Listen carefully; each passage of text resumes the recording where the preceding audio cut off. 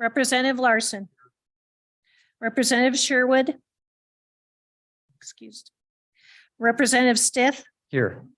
Representative Walters, Representative Swanitzer, Here. Chairman Nicholas.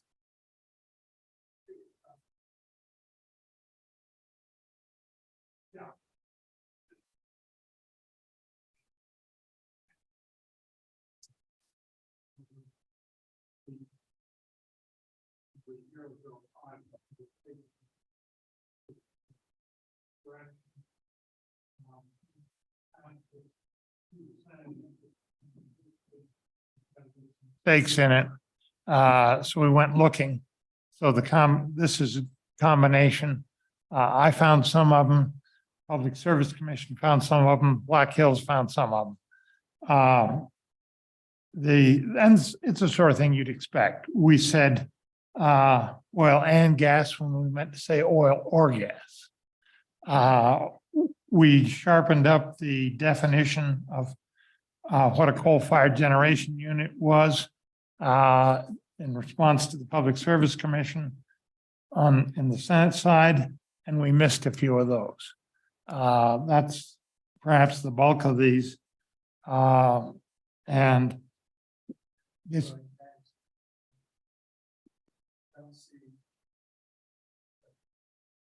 Yeah, we on the Senate side, we put it more detailed definition of a coal-fired generation unit in, and that's, you can see that in your engrossed copy. And that changed the previous definition of unit and facility. And we had to adjust those all through the bill, and we missed a few. And then, Mr. Chairman, and then you also submitted us a bill that after you visited with the governor's office, which Yeah, is the one that That's had the Mr. second, Chairman, that's the second amendment. that moves the date out and corrects all your Yeah. numbers. So that's the First Amendment, Mr. Chairman, is just the sort of technical corrections you'd expect. The Second Amendment is two-page amendments labeled 3006. And this is the one that gives a delayed effective date to the meat of the bill, leaves the studies intact, puts in some material that tries to preserve the units on a very time-limited way, so that they'll still be available when everything becomes effective. What we did in drafting it was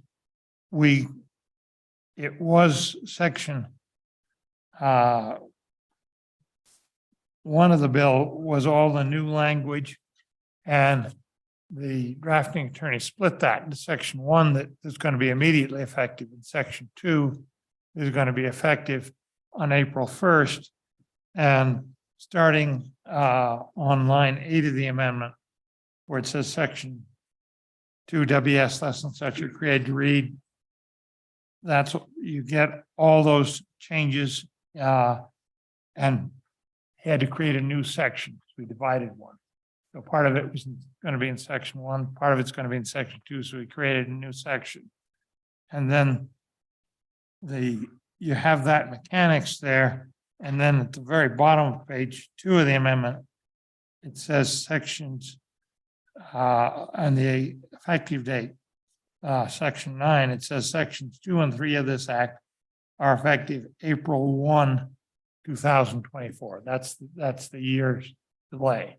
So that's how the mechanics work. The substance is the definitions, the guidance clause, the provision that enables them to deal with a natural gas conversion, and the one of the protection pieces, and the studies are in the immediate effective.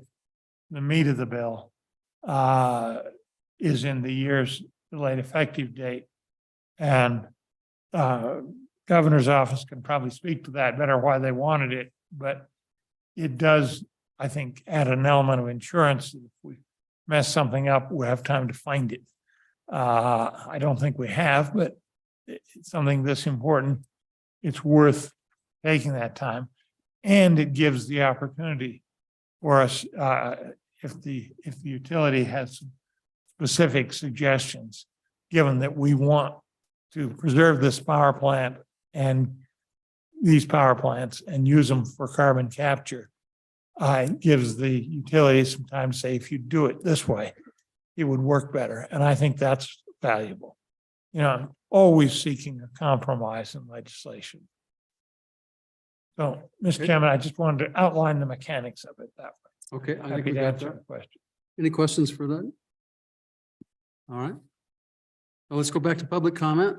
Randall, you ready to go? Thank you, Mr. Chairman. My name is Randall Luthi. I'm Chief Energy Advisor for the Governor, Governor Mark Gordon. And I might say that, you know, I do have a reputation for being short, but I'm not necessarily brief, but I will attempt to be so tonight. First of all, the Governor sends you his greetings and thanks you for the opportunity and respects your responsibility of discussing bills like SF 142. First, I just a real thank you to Senator Scott. You know, he has been dogged and determined in effort on this bill. The Scott Interim Committee has actually worked on months on this concepts, and I think few have the tenacity to keep this complex effort moving forward, and I appreciate that. You know, coal's a very reliable, reasonable price source. I also had the opportunity to just share the governor's vision on carbon capture. Even with the strong public relations campaign against fossil fuels, according to the EIA, the Energy Information Agency, fossil fuels produce 61% of the electricity in the United States. Coal supplies 22% of that load. But the bullseye on coal is just completely misplaced. The target should be greenhouse gases, and particularly CO2. The answer lies with technology. The answer lies in a combination of wind, solar, nuclear, and fossil fuels. Part of the answer is carbon capture, including CO2 capture on coal-fired plants. The Wyoming legislature, and I thank you, has recognized and supported an all-the-above energy approach. The governor is absolutely in lockstep with you on this. He established the goal that Wyoming can be carbon neutral, even carbon negative, and still use fossil fuels. Due to your efforts, Wyoming is a leader in the promotion of decarbonized electricity. Wind and solar energy continue to move forward. I received a briefing a couple of weeks ago. There's approximately 30 Wyoming-based wind and solar projects at some stage of planning right now. Federal tax credits are certainly working for wind and solar. Revisions to the 45Q tax credits for carbon capture and sequestration also sets a favorable climate for these types of projects.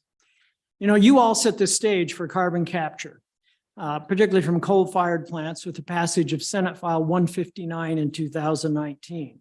This required a good faith effort on the part of those utilities identified in the law to sell coal-fired plants before just closing them down. That was followed up with HB 200, and that sets a CO2 ceiling for major power plants, and it requires carbon capture to be analyzed in the integrated resource planning process. You know, I think it is fair to actually pause and ask the question, is this working? I will go ahead and answer it myself. Yes, I do believe it is. The large regulated utility companies have requests for proposals on CO2 capture at 2 plants, one located near Rock Springs and another near Douglas. Another utility has initiated the RFP process for plants near Gillette. And yet another one is working with a new carbon capture technology at the Integrated Test Center. Now, I understand these carbon capture proposals may not have fully analyzed the benefits of the 45Q tax benefits, nor have they looked entirely at the possibility of the governor's matching energy fund, which could be used to even further reduce costs. And so I'll just take a minute to pause and go back on just a little bit. Again, about 30 wind and solar projects somewhere in the permitting and planning stage that we know about. We have maybe 4 carbon capture projects. I believe we can and should do better on the carbon capture side. Senate File 142 actually hones this process down by using captured CO2 for enhanced oil recovery. Enhanced oil recovery could extend the life of Wyoming oil fields for many years. Few things could be more important to Wyoming. My questions have always on SF 142 has always related to timing. And I think the Senator Scott, thank you, his amendment has addressed those timing issues. But frankly, we are still seeing how HB 200 and HB 159 working. The bill does add additional duties and responsibilities to both the PSC and utility companies. At the same time, they are complying with HB 200 and SF 159. In fact, a coal-fired plant, even if the closure date has been announced for 2027, none of those plants have gone through the Senate File 159 process yet. Mr. Chairman, in addition, a lot of things changed. Recently, major regional transmission organizations, RTOs to our east, have actually issued cautions to their members that coal-fired power plants are vital in order to provide consistent power. Plant lives have been extended and able to address the energy gap between this premature closing of coal-fired plants and going all renewable. I think all this bodes well for carbon capture in Wyoming. The amine technology works, but it has been expensive. Every CO2 capture unit built will likely be less expensive than the one before. This technology for Wyoming plants could be exported to power plants across the globe. Because the reality is, even if the US eventually drastically reduces coal-fired plants, it is predicted that coal plants will still be used throughout much of the world. Wyoming and the United States alone cannot and should not be solely responsible for reducing greenhouse gases. However, CO2 capture technology can certainly be shared. So in closing, I circle back once again, Mr. Chairman, to the question I asked. Is it working? Again, I think it is, but I also suggest to you that now is the time for the legislature, the governor, the PSC, Wyoming Energy Authority, utility companies, our coal producers, School of Energy Resources, the Enhanced Oil Recovery Institute, and our citizens use the interim to assess where we are with carbon capture, evaluate the federal tax changes, and chart the course for the next generation of capture plants. Part of that discussion has to include the provisions of Senate File 142. It also should include who bears the cost. Mr. Chairman, in your drawer, let me rephrase that, in your drawer, you have HB 288, which attempted to start that discussion. Frankly, Mr. Chairman, members of the committee, if Wyoming is willing and able to produce decarbonized electrons to those demanding it, it should not matter whether it comes from coal, wind, gas, or nuclear. We have got to start that conversation. Mr. Chairman, members of the committee, thanks for your time this evening. It's late for all of us, but I'd be happy to attempt to answer questions you might have. Representative Larson. Thank you, Mr. Chairman. I was intrigued by one of your last comments, Randall, when you says that the all-in plan needs to include Senate File 142.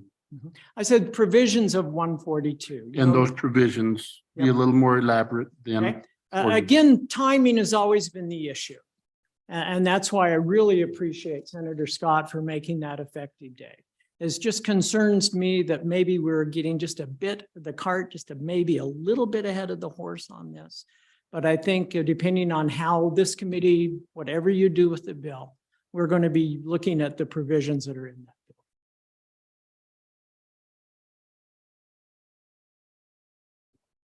Further questions for Randall? Seeing none. Okay. Let's bring our Rocky Mountain Power folks up here.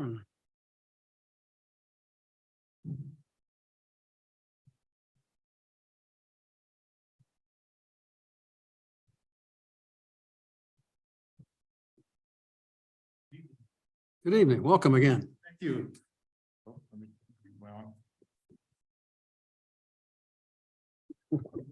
Mr. Chairman, members of the committee, appreciate the opportunity to come and visit you with this evening. My name is Dick Garlish. I'm the Vice President of Government Affairs and General Counsel.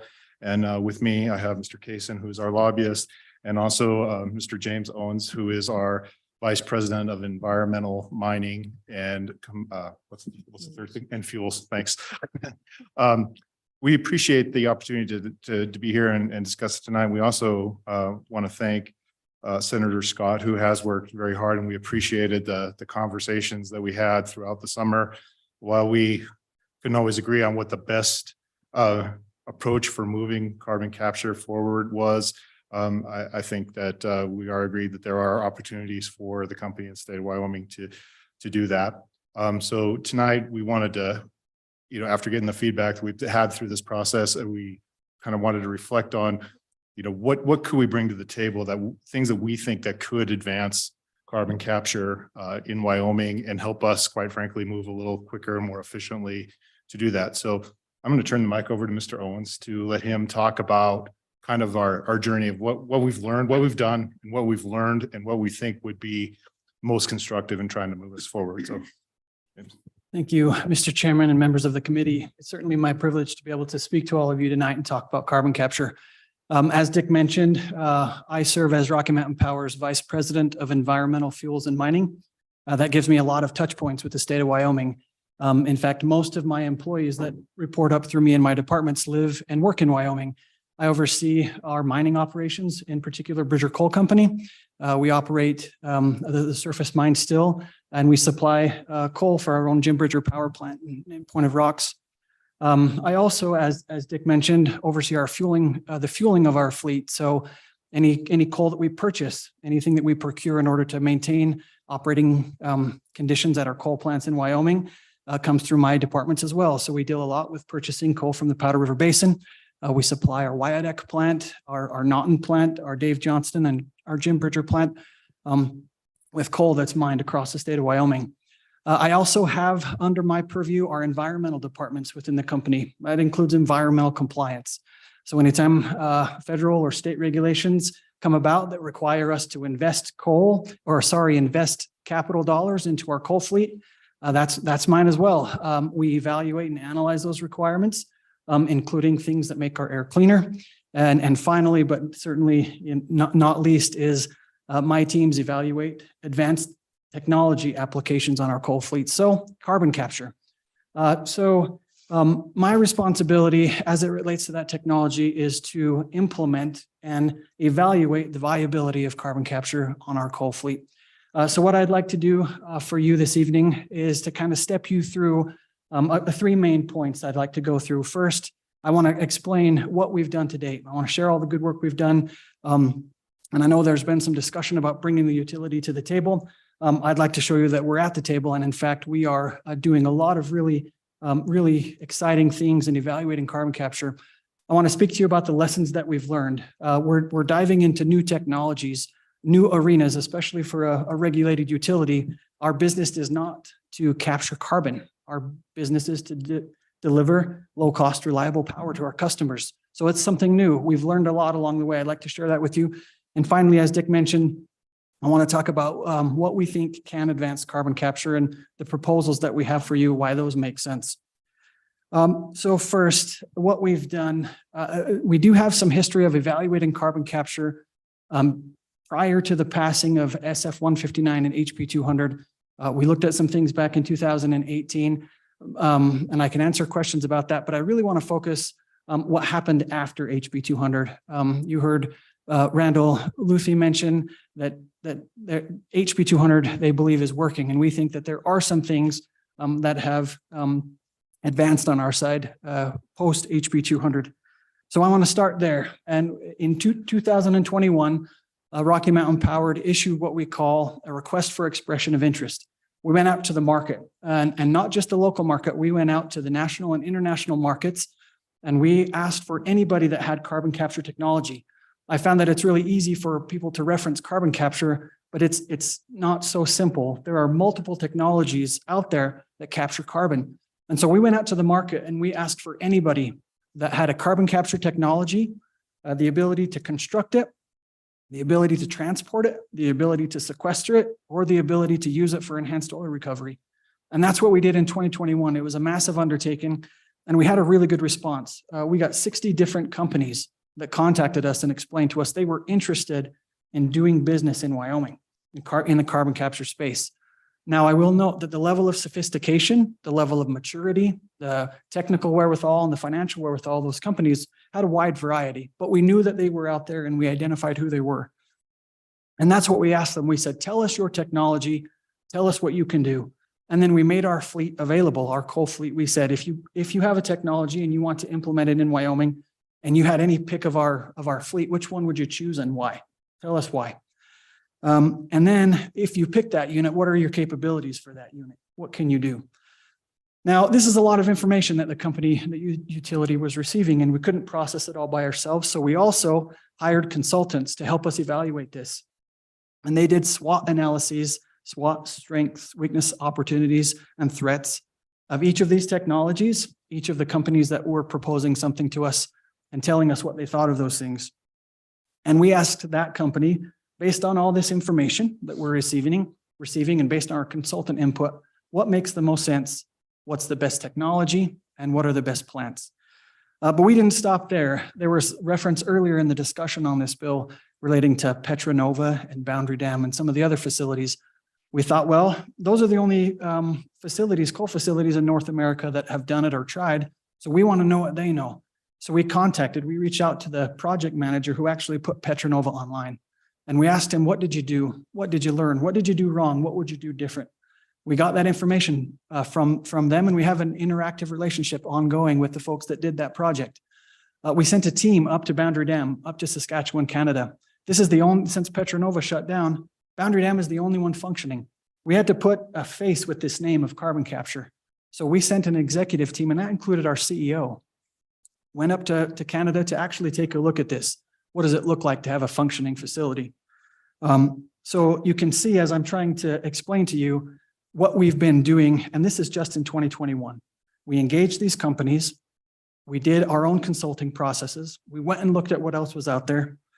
And what we did after that 2021 request for expression of interest process is in 2022, we issued a request for proposals. So we moved past, okay, tell us you're interested. Now we want you to make a proposal, actually submit a bid to us. We followed an RFP process that we've done countless times. Anytime we have a generation proposal that's coming to us for something in our system, we have to go through competitive bidding processes. So it's a complicated process, but it can be transparent and it can be straightforward. And it's something that we're good at Rocky Mountain Power. We do this a lot. We initiated one of those. And what we did is we selected a mean-based post-combustion, one of 7 primary carbon capture technologies. And we have special people that this is their specialty, evaluating these technologies. There were 7 different technologies proposed. A mean-based post-combustion was evaluated and considered to be the most mature. That process also identified 3 units in our coal fleet that were the best in our fleet for evaluation of that technology. Now, I will add a note here. I don't know that those are the best units in Wyoming necessarily. There may be newer units or better suited units, but all we could evaluate was our own. So that's what we did. And the units that were selected for continued evaluation were Jim Bridger, units 3 and 4, and Dave Johnston, unit 4. So as I talk about these units and I talk about the process that we've gone through, I think it's important to remember that when we're talking about carbon capture retrofits for facilities of this size, we are talking about investments of approximately $1 billion per unit. And it's north of that for Jim Bridger 3 and 4 because of their size. So this is not some small bolt-on to a coal plant. This is a facility that would be adjacent to the coal plant. Oh, sorry, go ahead. Nope. I just want to make sure as you talk about that. So the means base, you're using an amine.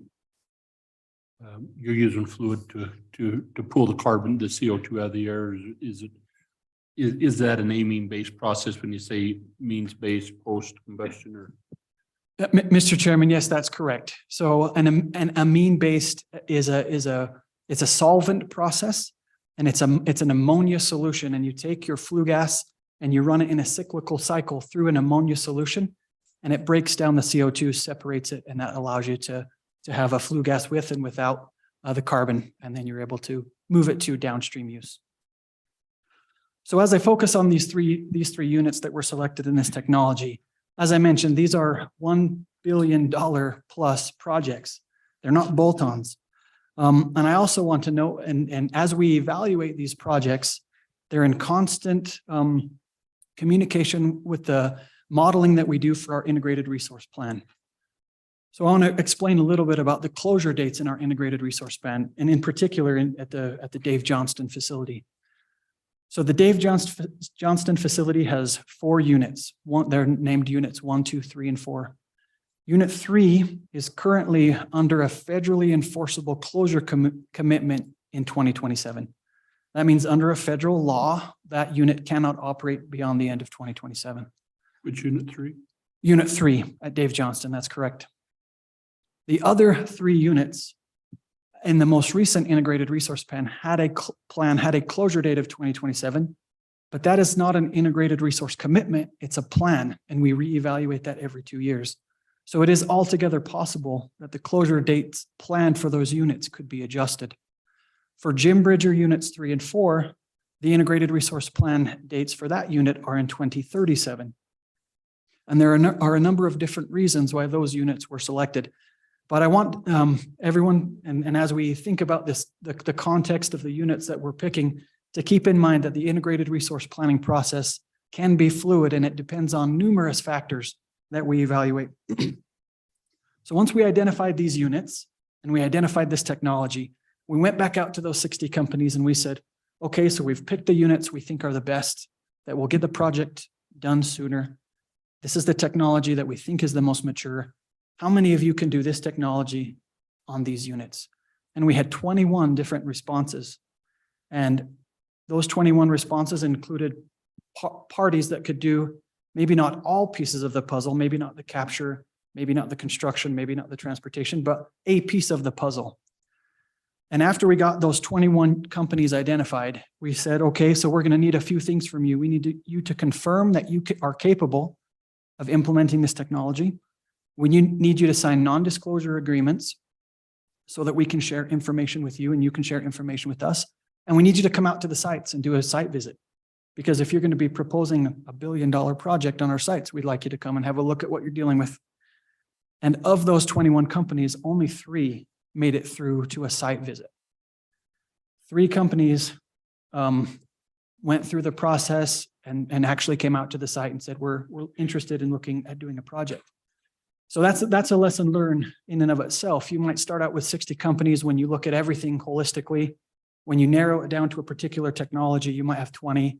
And then when you narrow it down to who's ready to give me a proposal, you might have a handful, 3 or 4. And I will note, for purposes of evaluating the particular bill in front of you, some of the primary proponents of that bill were not a part of those final 3 companies that were engaged and offered to come to the site visit. So When was the site visit? the site visits happened in January and February, early February and late January. We had to delay one because our wonderful Wyoming weather told us the date that we picked wasn't going to work. But we have given numerous opportunities for those companies to come and do site visits. Go ahead. 1 second. Can I go back to your Dave Johnson on your unit 3? That federal requirement to close that, is that irregardless, or is that when we talk about being able to come in and do carbon captures, or is, how chiseled in stone is that, or there as we look at this 142 bill? It's chiseled in stone. It's part of a federal rule that was published and finalized under the Regional Haze portion of the Clean Air Act. And as that process unfolded, I believe that the continued operations of units 1, 2, and 4 were only because unit 3 was given an enforceable closure commitment. So that cannot be unwound. Certainly, there are always rulemaking processes that somebody could attempt to request a reconsideration with EPA, but that's something that hasn't been pursued by either the utility or by the state. And that is located in a federal register and federal law. Go ahead. So the next steps, thank you. Mr. Chairman. So the next steps, now that we have the companies that have identified themselves as interested in pursuing a bid, is to receive a bid. We're asking for those companies to submit us a bid, and the due dates for those bids are March 7th. So we've been moving fairly quickly through this process. So again, I want to highlight how much at the table we are. We're engaging directly with these companies. We know the technologies, we know the players in the game, we know what they can do. So we'll receive bids, any that are ready to bid by early March. And then we'll have our evaluation continue from then until August. We're targeting in August being able to actually evaluate those bids from both a technical and economic perspective. And I'll have a lot more information at that time to tell you, this is what bids we're receiving. This is what the market is actually telling us it can do on coal plants in Wyoming. So that's what we've done. And I'm just trying to hit the highlights, but I want to emphasize that it's been a large effort on behalf of the company. We put together sophisticated teams across our organization. We're asking the question, can we make carbon capture work? And what's the best way? What's the most logical and quickest solution to get there? And I believe the method that we're following is the best method. So back to the question, is it working? Is what's already on the books working? I think the answer is yes.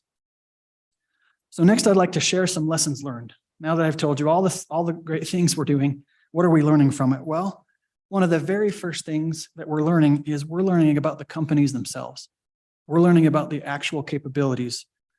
We have sophisticated companies that have name recognition across the country and even across the world that are interested in doing business in Wyoming. That's I think a big takeaway for the state.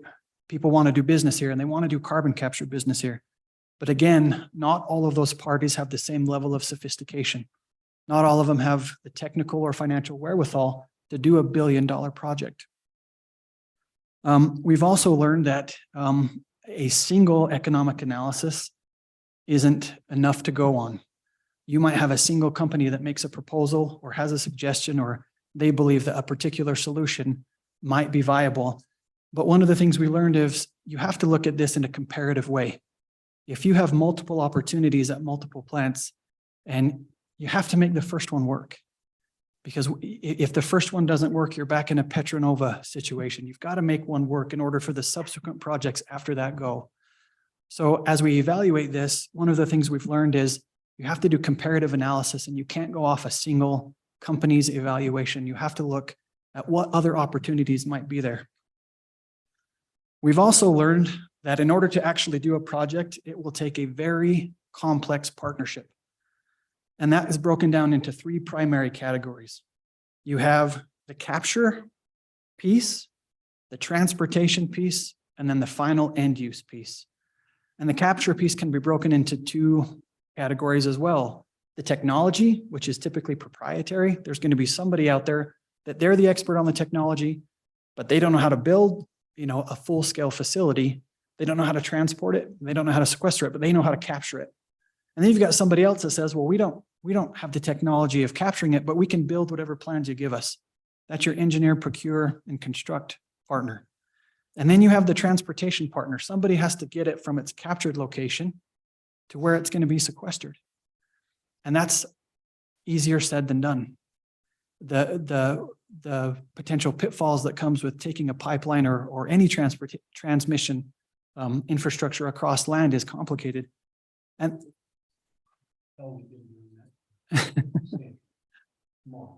Mr. Chairman, granted, but I think what I would highlight is that it can't be dismissed. It adds cost and complexity. It's part of the equation.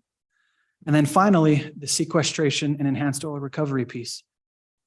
If we pursue sequestration, you have to ensure long-term stability of the field.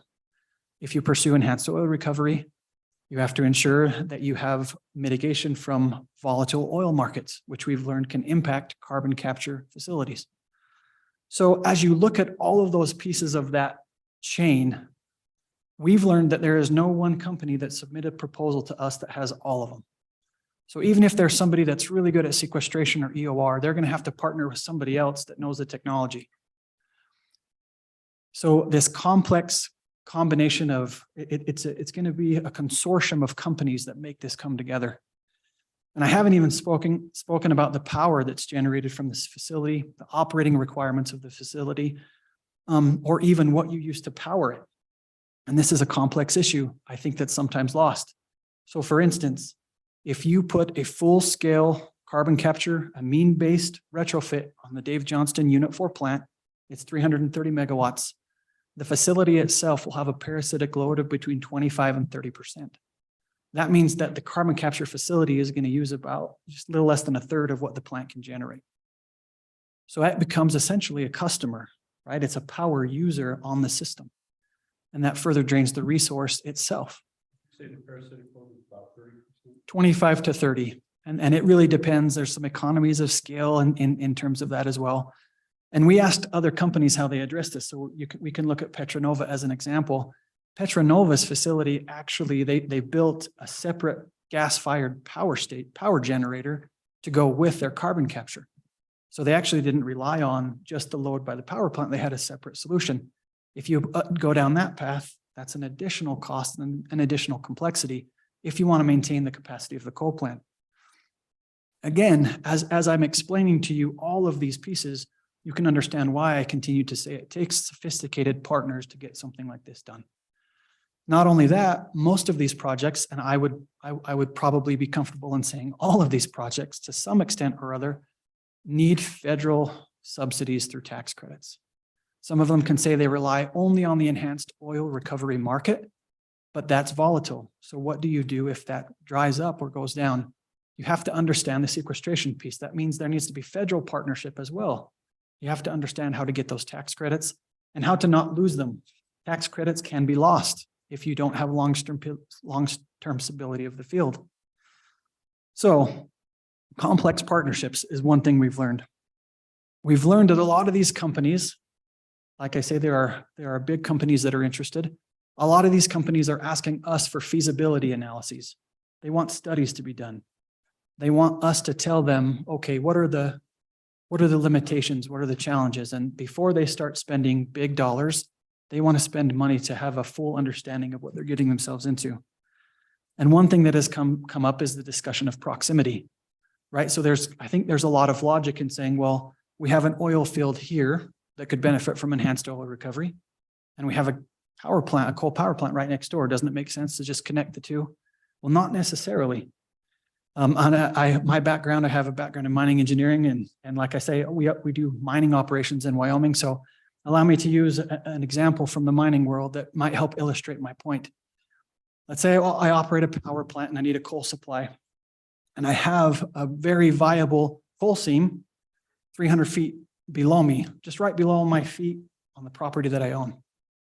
And I say, well, it makes sense to have this where my facility is because it's right here. I'm standing right on top of this great coal source. But before I start forcing the requirement to go down 300 feet and get that coal, I need to actually look at what it would cost me and what it would cost my customers to dig, whether it be a surface mine, an underground mine, is this an open pit mine? I've got a lot of questions to ask. And one of those questions is, can I just look over to the Powder River Basin and do a comparative analysis? And perhaps, even though this coal seam is right next to me, maybe the coal that's already being mined and the rail infrastructure that's already in place, perhaps that's cheaper. Perhaps that's more effective.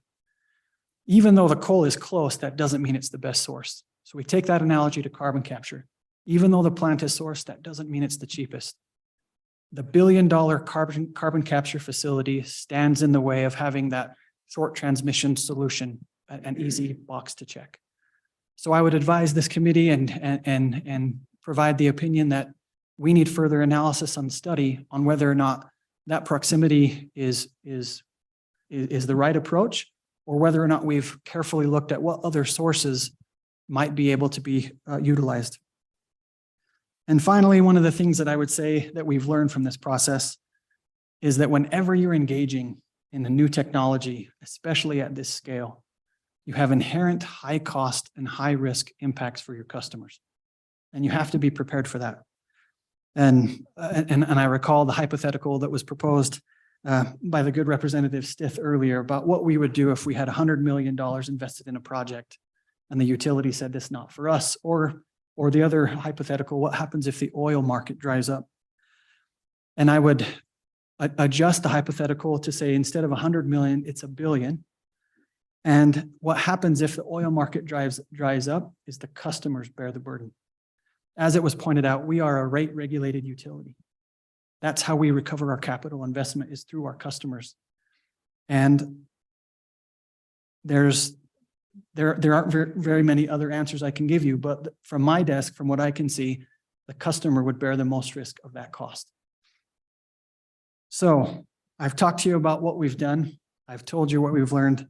And finally, I want to finish my portion of this by telling you what I think we can do to advance carbon capture and why we've made the proposals that we've made.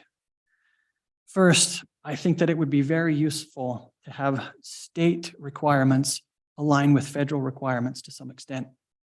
To the extent that we are going to be relying on things like federal tax credits, it would make sense for the capacity requirements, for the tons of carbon that are required to be captured, the dates to be aligned with federal policy. We often hear from companies that make proposals, they say, well, we need a 20-year power purchase agreement, or we need 20 years. But the federal tax credit only lasts 12 as it currently sits. So there's a discrepancy. To the extent that state requirements can align with federal requirements, I believe that would allow companies interested in carbon capture to have more certainty. Next thing I think is that the legislation such as HB 200 and Senate File 159 should be broadened to include more than just what it includes now. So for instance, as part of those 60 companies that have contacted us, not all of them have the concept of burning coal and having that coal flue gas stream have carbon captured from it. Some have proposed the concept of using gasification. So you would still be able to utilize the coal source, but you'd gasify the coal instead of burning it directly, and you would be essentially combusting the syngas that came from that gasification process. We have had companies come to us and ask us, is our technology envisioned by HB 200? And the way we read it, it isn't. And the way we read even the narrowly tailored legislation that's in front of you now would limit our ability to evaluate some of those technologies of companies that are interested. So we believe that evaluating. Go ahead, Representative Anderson. Thank you, Mr. Chairman. Could you give just a quick example or two of how you would broaden 159 or 200? Certainly. So the way that we read, Mr. Chairman and Representative Henderson, the way that we read House Bill 200 and 159 is particular to requirements before closure. House Bill 200 is very specific to coal-fired power generation carbon capture retrofits. So we do not read HB 200 to include gas units, for instance, gas-fired units. Gas-fired units could provide a good nursery for evaluating and implementing carbon capture.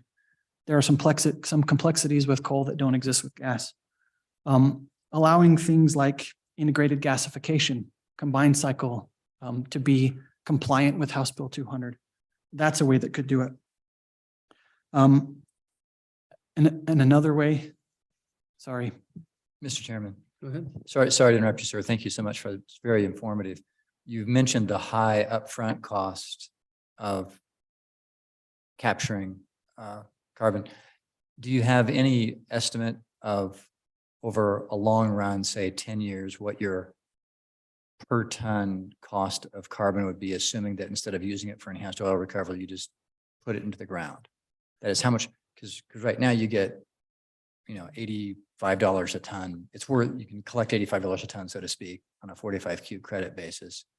Is there any estimate of cost per ton of doing it? Is the cost per ton $400 a ton? Yeah, well, do you have any number like that, or is it 50? So, Mr. Chairman, Representative Stith, so I don't have a particular number that I can give you on a dollar per ton basis. I can say the last time we evaluated that in our integrated resource plan, the dollar per ton cost was higher than the dollar per ton that we would receive either through enhanced oil recovery revenue or for tax credits. So it was out of the money. In fact, for the Dave Johnston Unit 4, I think we were somewhere in the vein of about $300 million out of the money. And the reason I'm putting a great big caveat on that is because there have been changes to tax credits, and we have not yet finished our next round of integrated resource planning. So once that new IRP comes out, we will have a more fleshed out evaluation. We'll also have the benefit of the bids that we're getting through the RFP. And that's where we get our cost information from, is the bids for the companies provide to us. So as I've kind of been trying to mull around in my head this process, and the aiming process is not new either. We're familiar with that in a lot of applications, pulling fluids out of gas stream in the pipelines aren't a big deal. The end use, I get that. But my question on the carbon capture, the component pulling CO2 out of the flue gas. Is there anybody currently doing that now besides up in Saskatchewan, the Boundary Dam? Is there any other utility that's doing that? And is that the mechanism Boundary Dam uses, is amine, or and tell us how successful that has been for them? Mr. Chairman and Representative Larson. So the answer to your question is that no other coal plant is using that technology to pull carbon capture, to capture carbon from their flue gas. The only two that have done it in North America and the world are Petronova and Boundary Dam.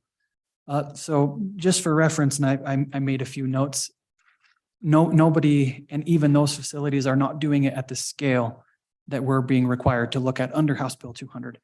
So Petronova was a 240 megawatt slipstream, right? So the Dave Johnston facility, Unit 4, is a 330 megawatt for net dependable capacity.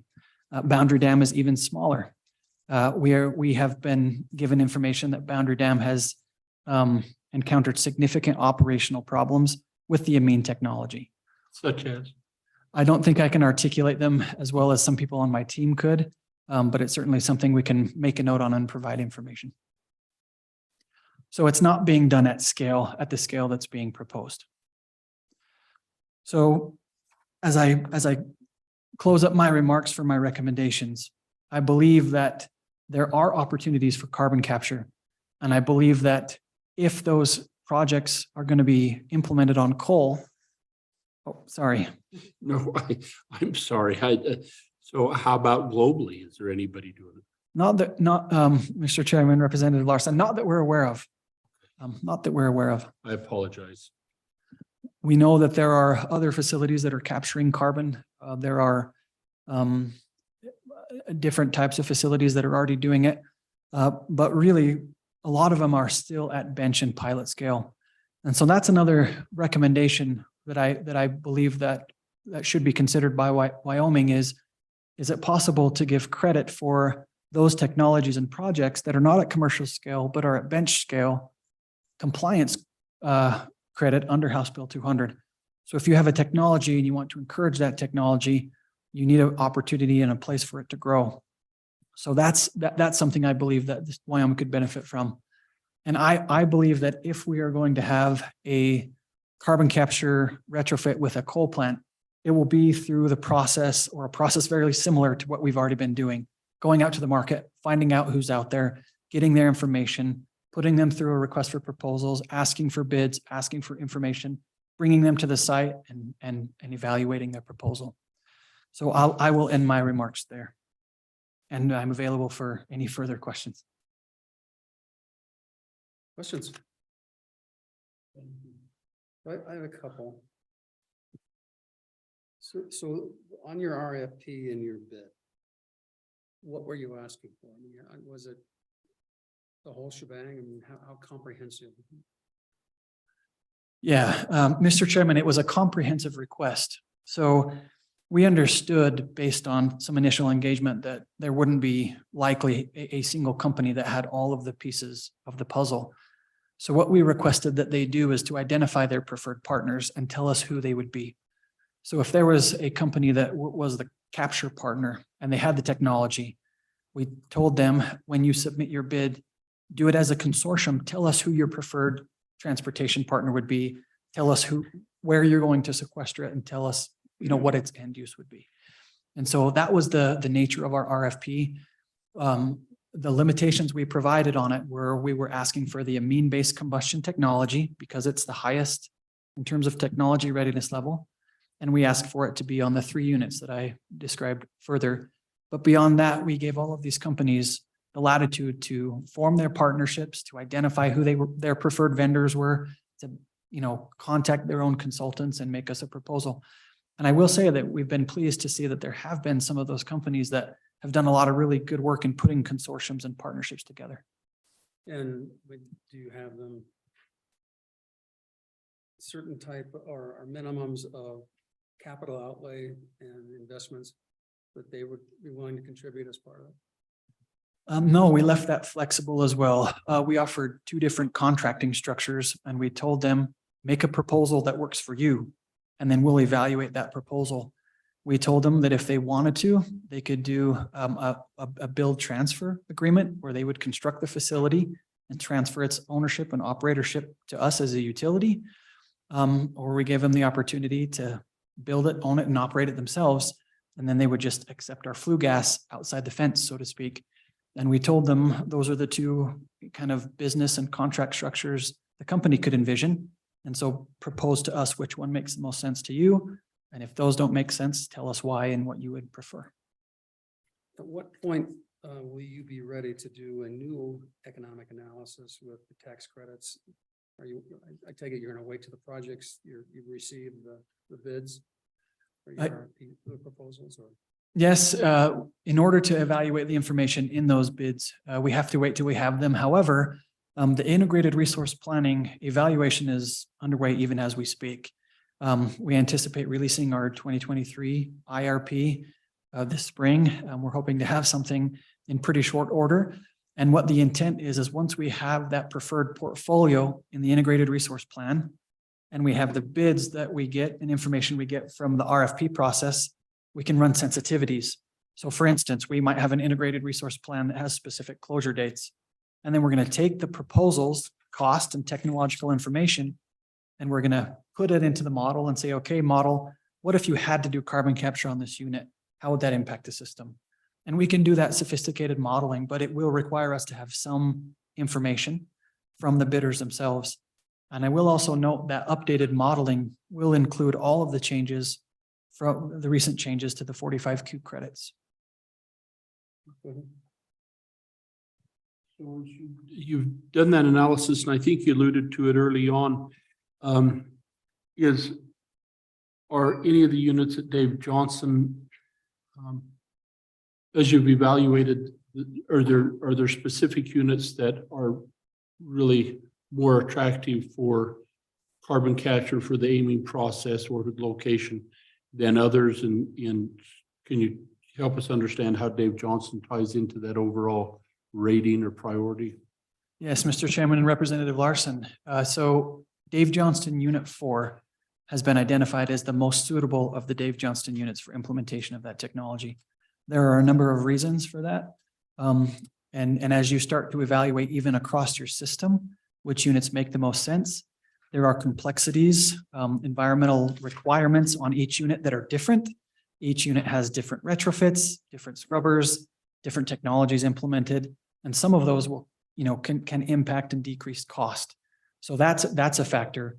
Ownership of the units is a factor. When you have multiple owners in a plant or a unit, it can be complex because you may have competing integrated resource plans with one owner preferring this and another that. So for that particular unit, Rocky Mountain Power has whole ownership. Dave Johnston Unit 4 has been identified as the ideal one. And one of the reasons is because of its size. You do benefit from economies of scale. As you have larger units, you can have cheaper dollar per kilowatt prices for carbon capture. How does it compare to the 2 Jim Bridger locations in terms of preference? Mr. Chairman, that's a really interesting question. As I alluded to, there are co-ownership elements that are factors at Jim Bridger. But Jim Bridger has a couple of things that are very unique about it that make it a very, I'll put it this way, we've gotten a lot of interest from the parties that have engaged us in Jim Bridger. One reason is because they already have, both of those units have selective catalytic reduction technology installed on them that controls nitrogen oxide that helps with, compliance requirements under things like regional haze, ozone transport, all of those things. And that's an investment you can avoid, that you would have to still incur if you did it at DJ. The units at Jim Bridger have also great proximity to wonderful geology. Wyoming has a lot of good geology for sequestration and EOR. So that makes it attractive. And also the fact that having 2 units, both with that technology installed, would potentially allow you to operate your capture system on one unit when the other unit is down for maintenance and repairs. If you just have a single unit with carbon capture and that goes down for any reason, everything goes down, right? Your flue gas stops. That means you're not capturing carbon. That means you're not selling it in the market. That means people aren't producing oil from it and you're not getting tax credit. At Jim Bridger, if one of those units were to go down for any reason, you could have a system where you are tied to both units and potentially keep carbon capture flowing even if a unit is down. Mr. Chairman, Representative Stitt.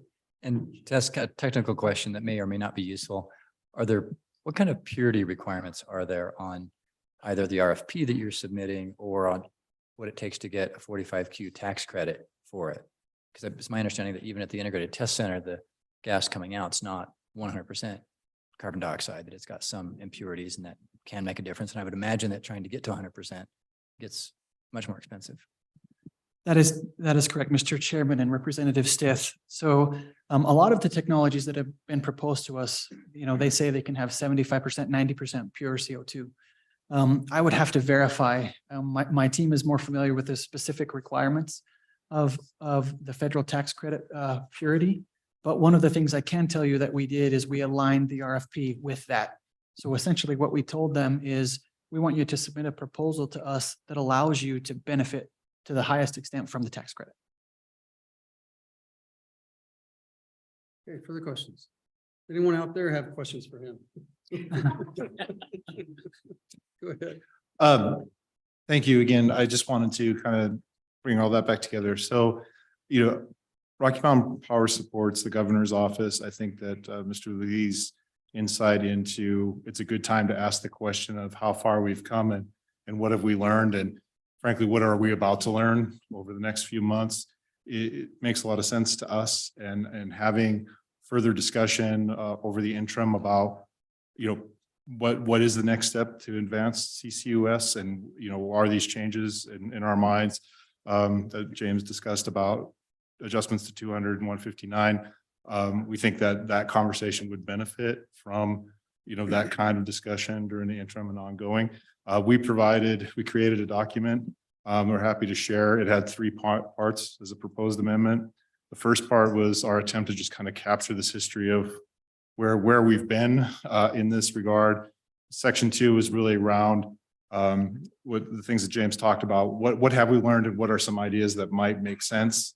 And it also touches on, there's some aspects of 142 that are concerning to us in terms of, being forced to sell a unit, what that would look like, all those kinds of things that from our perspective, those might be okay concepts, but they need a lot more study and consideration along with all the economics that goes along enhanced recovery.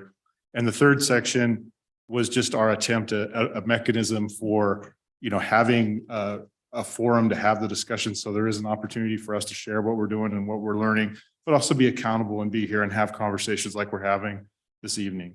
So, I don't know that we're too concerned about the mechanism, in our suggestion on 3, but we would like to see, this discussion continue in the interim and find out where we go after we learn more from the process. With that, I conclude our presentation unless there's any other questions from the committee. So what I don't really understand is your 2027 closure or cutoff dates. And because you go to 2007, you have 2 years to change it, so it's also open-ended. And so it's hard to grasp what that really means. I mean, for example, what's the life expectancy of Unit 4 at Dave Johnson? How do we know that I mean, obviously, you're looking at it, you're investigating it. That tells me that it's got a life expectancy of at least 12 years after 2027, that it's somewhere under some conditions. And so how do we know how to play that, understand that process? Yeah, Mr. Chairman, so we get this question a lot, and we understand that an integrated resource plan that's evaluated every 2 years leaves a lot of uncertainty. And I think on the flip side of that, it is also allows for flexibility. So for instance, this past year, we have been faced with significant federal legislation aimed at closing coal plants, not just in Wyoming, but across the West. And so we have this dynamic that's in constant play, and that is we have some federal agencies trying to force federally enforceable closure commitments. And we try to avoid those commitments when possible, because that allows us, to extend lives based on our reliability needs and what our customers need. So there may be situations where some impact for a coal plant in Utah may have, on a system basis and a portfolio-wide evaluation, may have some impacts as to how much we need to operate a facility at Dave Johnston. So because we are not just a utility that is located in Wyoming, we get the benefit of leveraging that larger system. And as you all know, we are responsible to 6 public service commissions. We've got Wyoming, Idaho, and Utah, and we've got California, Oregon, and Washington. And the difference even in those political atmospheres is stark. And so, to say the least. And so as we do this integrated resource planning, not having committed or firm dates for those closures provides benefit, we think, and opportunity for them to be extended when it makes sense for that system. So could Dave Johnston Unit 4 have an extended closure date in the next IRP? It could. I honestly don't know. That modeling hasn't been finished, but it is possible. And can I follow up? And I think it's worth emphasizing that, it's a plan, not a commitment. So we make those 2-year plan, and, the goal of the IRP is what is the least cost, least risk portfolio for customers based on all of these assumptions. And that's our plan. But as we move through and try to manage the environment we're in between our customer demands, policy demands, governmental demands, and also the reliability and needs of the system, that flexibility that James mentioned is super important. So as we work our way through that IRP window, we actively look to, see what's going to work best for customers and the reliability of the system. So that could mean conversions of certain units to either advanced nuclear or natural gas, or some other technology, or an extension of the date, or an upgrade that allows for an extension of the date. Because while we have that IRP plan and that least cost planning thing, we also have this obligation to provide safe and reliable service and make sure that we have the types of technologies available to meet that base load power demand as well. So, it is a dynamic process for those 2 years. But I think it's important to clarify that the IRP planning part of least cost, least risk is not a firm closure commitment. And we actively manage the system to try to figure out what is the right balance between least cost, least risk, and preserving the reliability of the system. And we look for ways to make that happen. Okay, further questions? Oh. Go ahead. If I may, I would also add, for what it's worth, I grew up in coal country in Utah, and we also have a line of sight on community impacts. And we know that we have, the people that are employed at these mines and these plants, those are our people. They work with us. And so we understand that it's difficult sometimes to have an integrated resource plan that says this is a potential closure date. And so we are cognizant of the need for certainty, the need for jobs, and the need for community engagement. And that's certainly something that isn't lost, even as we go through all those complicated factors that Dick mentioned. We also have a mind to how our decisions impact our communities. Okay, any other questions? I mean, we could do this for another couple of hours, but it's a little late. Okay, other public comment? Anyone else like to come up?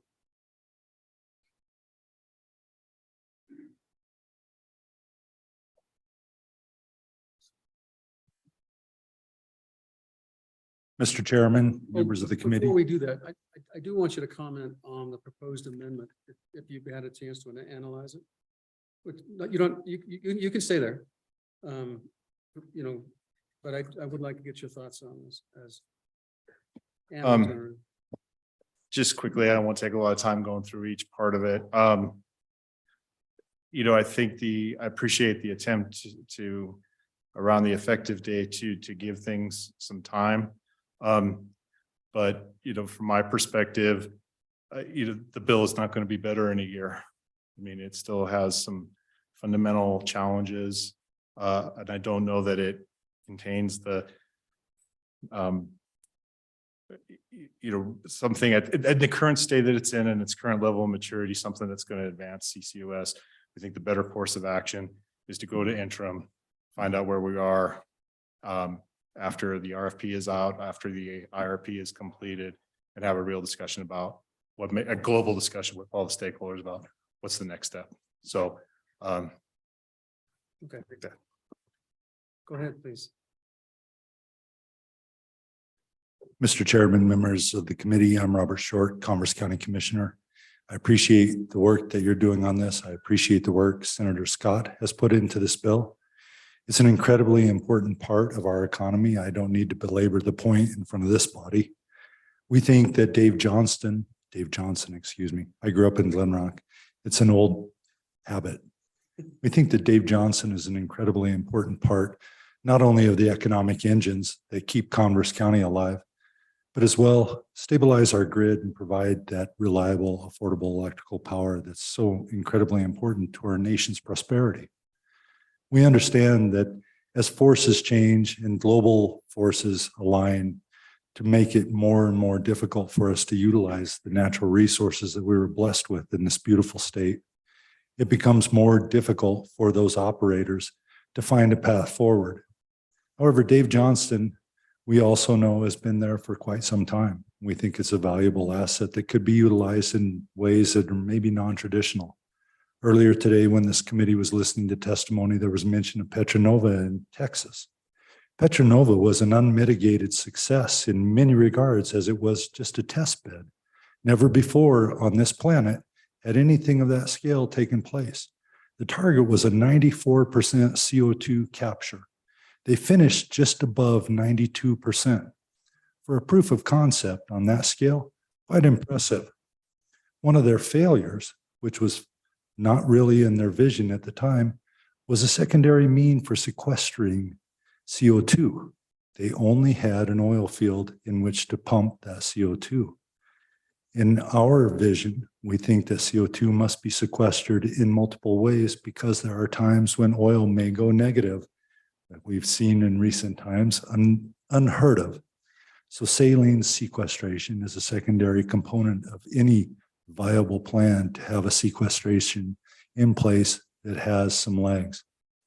We know that Wyoming's been a trendsetter in so many ways, whether it was the LLC or JCPenney or even Mini Mart back in the day. I believe this is an opportunity for Wyoming to continue that legacy of being a trendsetter as we look for ways to utilize what otherwise is considered a nuisance, discarded byproduct, and utilize it in a way that helps continue the extraction industry. Even though we know that oil has fallen out of favor in some regards, we also know that the durable products market for oil continues to grow. We see our friends from Saudi Aramco changing their strategies so that their refineries are more around chemical production, 50% plus minus. We will see that continue in the future, hopefully even here in the US. I appreciate your time. I won't belabor the point. In Commerce County, we think this is a great opportunity for us to continue helping the state, and I will stand for any questions. Thank you, sir. Thank you for your comments. Any questions?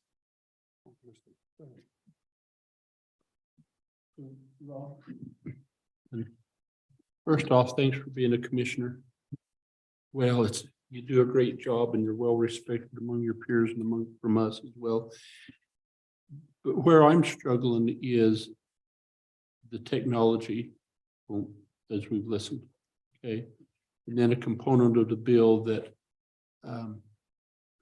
is saying you've got this utility, it's in, and I understand the structure of the utility, but still a private entity that come in and design this business model to generate electricity, never contemplated producing CO2 as a sales product. And so then requiring an adjustment of their model, technologies there, but it's not proven, but then pushing that, does that feel a little weird to you? Mr. Chairman, Representative Larson, I have a extensive background in technology. 20 years in nuclear science, the elucidation of molecules and all kinds of interesting stuff associated with it. The bleeding edge is never a comfortable place to be. That's the best I can say on that point. Well, and I appreciate it, but you know, as policymakers, we want to entice or stimulate or encourage, but you also have to respect and not intervene, you know, where you shouldn't. And I don't know, as I look at this concept, I don't know that those boundaries are clearly defined. Mr. Chairman, Representative Larson, I agree with you that this is a very sticky wicket. We don't want to make undue burden on private industry. It's part of our mantra as Republicans. We think that the free market economy should thrive. And the last thing we want to do is impede that free market economy. Sometimes we need to encourage people to think outside the box. Thank you. So Chairman Burkhardt is here, and I kind of asked him to sit in and kind of give us a little bit of background history of what has been presented to minerals over the past year and a half or two, and what's kind of just give us a little historical update and then any other inputs you have.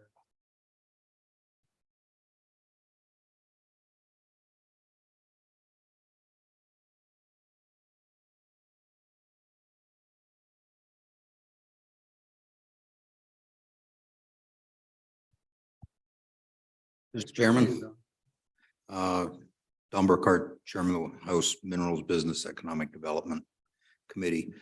So this issue has been discussed in Minerals Committee over the last 3 interims, on and off. Each time it gets more, I guess you could say, intense.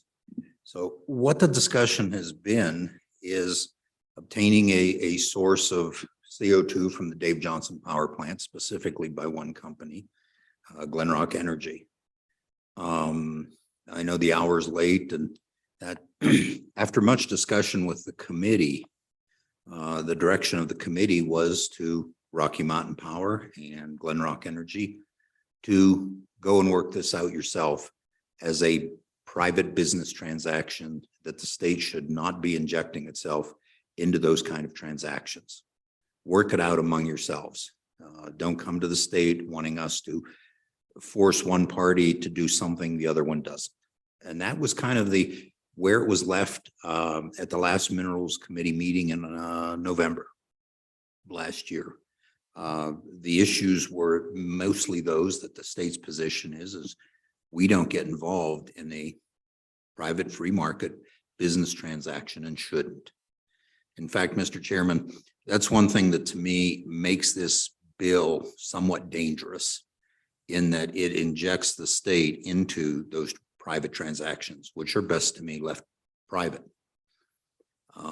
I've looked at the bill.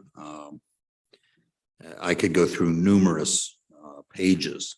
I probably have a comment on almost every line in the bill for one thing or another. The wording's a little strange. I find numerous problems with it. As if you look and go back at some of this technology, Petronova was an experiment, shut down at about $50 a barrel because it became uneconomical. While it was up and running, it only ran about 1/3 at the time.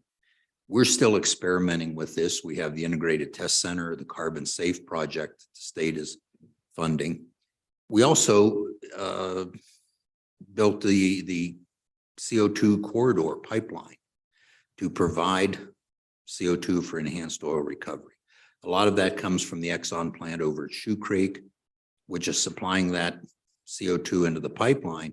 But at the same time, they're injecting CO2 for sequestration. So there's obviously a gap there in the amount of demand for that CO2 versus what they're producing. And that's one of the, I believe, the world's largest sequester of CO2 is there at Shoe Creek. All of this is expensive. Even with the 45Q credit, it becomes very expensive. That's the only way the government can make it work. Petronova got a $200 million grant from the federal government out of the $1 billion it took to build that. So, Mr. Chairman, I don't want to belabor the point. One of the recommendations that the committee had in November was that potentially the purchaser could purchase what was previously mentioned outside the fence CO2. Somebody provides a pipeline, they buy it at the pipeline and do whatever they want to with it. So I don't think you want me to go into all of my comments on this, but I'd be glad to if you want me to. Well, Don, I guess my first question is, you've heard the request or the suggestions from Rocky Mountain that their preference would be to work on and tailor 159 and 200 through the interim, and then also just kind of work the process from those two legislative actions because we'll just be in a better place to know what to do and how to do it. Once we've gone through the process, the RFP is complete and we get their August reports. And so what's your intake on that? And how would minerals then be part of that process through the interim? Okay, Mr. Chairman, that is already an interim subject for minerals. An extensive one, probably the biggest thing we'll take on this year. And we'd have to see what Rocky Mountain Power is doing. I would like to see things move a lot faster than they are. I think that if you look at timeframes, things will accelerate. What today appears to be 3 years out might in a year be available. I think that's something for us to consider. It's also on the list to review 159 and 200 in light of all the carbon sequestration issues we will take up on the interim. So I think that falls right in with what we plan to do. If you want a specific answer, I'm not sure I can give you that answer right now is how we would do that. I'd sure want a report from Rocky Mountain Power and would like it no later than our first meeting. We'll have 3 meetings. It'll take us a while to develop this. Mr. Chairman, Chairman Burkhart, on this issue of the forced contract, seems like we do forced contracts with utilities in a variety of ways. One is the customers themselves, of course, don't really have a choice in their electricity provider typically, but also qualifying facilities. You know, they can set up shop next to a power plant and force the utility to buy their power production. The catch, though, is that the utility only has to pay their so-called avoided cost. And what the missing piece in 142, it seems to me, is that there's this sort of this forced contract idea, but it might be uneconomical. There's no, unlike the Public Utility Regulatory Policies Act of 1978, which sets a price at the avoided cost. We don't have that in 142. And it seems that my discomfort with 142 is that we might be forcing them into, having to shell more out than they could ever recover. So my question is, do you think, would it be possible at some point, is there room in your world, Chairman Burkhart, that we might, put a lot of pressure on the utilities to deal so that it's not just a study, not just a proposal, but that it actually happens? Mr. Chairman, excuse me, Representative Stiff, I think we could put pressure on there, but it becomes one of economics. And that, how do you economically do that? You mentioned contract, and I have a note here to myself. One of the things that, if this bill was a contract and I was a utility, would I sign it? Absolutely not. I don't think there's enough protection in it for the utilities. To me, it's almost a takings of give us the CO2 primarily rather than produce power from a power plant. And I think the power plants are there to produce electricity for the customers, not produce CO2 for another customer. But I think we do things like that. I'm not sure that's the right thing to do. Yeah, they probably wouldn't have signed 159 or 200 either. I'm sorry, Mr. Chairman. Nothing. Okay. Any other questions for Don? I appreciate it, Don. Any other Thank you. public comment? Come on up, please.